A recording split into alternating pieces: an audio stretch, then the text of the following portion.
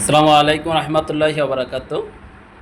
আজকে ফ্যাসিস্ট স্বৈরা শাসক হাসিনার পতনের ১ বৎসর পূর্তি অনুষ্ঠানে ৫ই আগস্ট জুলাই গণ অভ্যুত্থান দিবসে বাংলাদেশ ইসলামী ছাত্র শিবির ঢাকা বিশ্ববিদ্যালয়ের টিএসসি প্রাঙ্গণে ফ্যাসিস্ট হাসিনা রিজিউমের যে হত্যাকাণ্ড, বিচারিক হত্যাকাণ্ড, বিভিন্ন জুলুম নির্যাতনের আলোকচিত্র ও চিত্র প্রদর্শনী অনুষ্ঠান ছিল। সেখানে বামরা বিভিন্ন উস্কানিমূলক স্লোগান দিয়ে প্রতিরোধ গড়ে তোলে এবং শিবিরও স্লোগান দেয়। তাই শাহবাগের কারণেই আওয়ামী ফ্যাসিস্ট রিজিউম যে বিচারিক হত্যাকাণ্ড চালাতে সক্ষম হয়েছে এবং বিভিন্ন অপকর্ম শাহবাগের দিয়ে সে ঢেকে রেখেছে।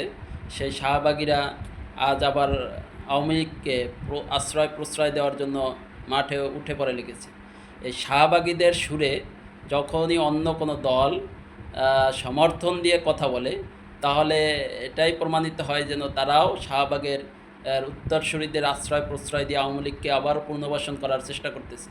শাহবাগের সুরে আর কোনো কথা বাংলার জমিনে হওয়া উচিত নয়। যারা তাদের অদূরদর্শিতার কারণে শাহবাগীদের পক্ষ নিয়ে কথা বলে, তারা অচিরেই তাদের সমর্থন হারিয়ে ফেলবে, এটা আমার বিশ্বাস। তা আওয়ামী ফ্যাসিস্টের সময়ের যে জামাত শিবিরের নেতাকর্মীদের উপর যে বিচারিক হত্যাকাণ্ড হয়েছে, সেটা ছিল অবৈধ, সেটার কোনো ভিত্তি ছিল না। সেটা বিচারিক প্রক্রিয়ার আর কোনো বিচার ছিল না। সেটা ছিল হাসিনার বানানো আদালতের মাধ্যমে একটি দলকে নিষ্পেষণ করার বা নির্মূল করার একটা হাতিয়ার মাত্র। সেটাই যে আদালতের বর্তমান রায়ের মাধ্যমে প্রমাণিত হয়েছে। আর সেটাকে যদি আপনারা আপনাদের ভাষ্য দিয়ে সেগুলো যদি স্বীকৃতিও দেন, তাহলে আপনাদেরও দলের নেতাকর্মী খালেদা জিয়ার যে এতিমের টাকা আত্মসাতের মামলা থেকে খালাস পেয়েছে, সেটা তো হাসিনার সময়, সেটাও তাহলে আপনার কিভাবে সঠিক রায় ছিল তাহলে হাসিনা।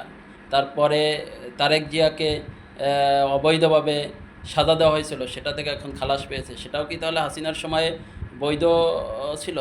যদি বিচার যদি বৈধ হয়, সেই সময়ের সকল বিচার বৈধ। আর যদি অবৈধ হয়, হাসিনার সময়ের সকল বিচারিক কর্মকাণ্ড অবৈধ ছিল এবং বিচারিক হত্যাকাণ্ড ছিল, বিচারের নামে প্রহসন ছিল। তাহলে একটা দুইটি নয়, আপনাদের বিচারের বেলায় আপনাদেরটা সঠিক ভুল ছিল। আর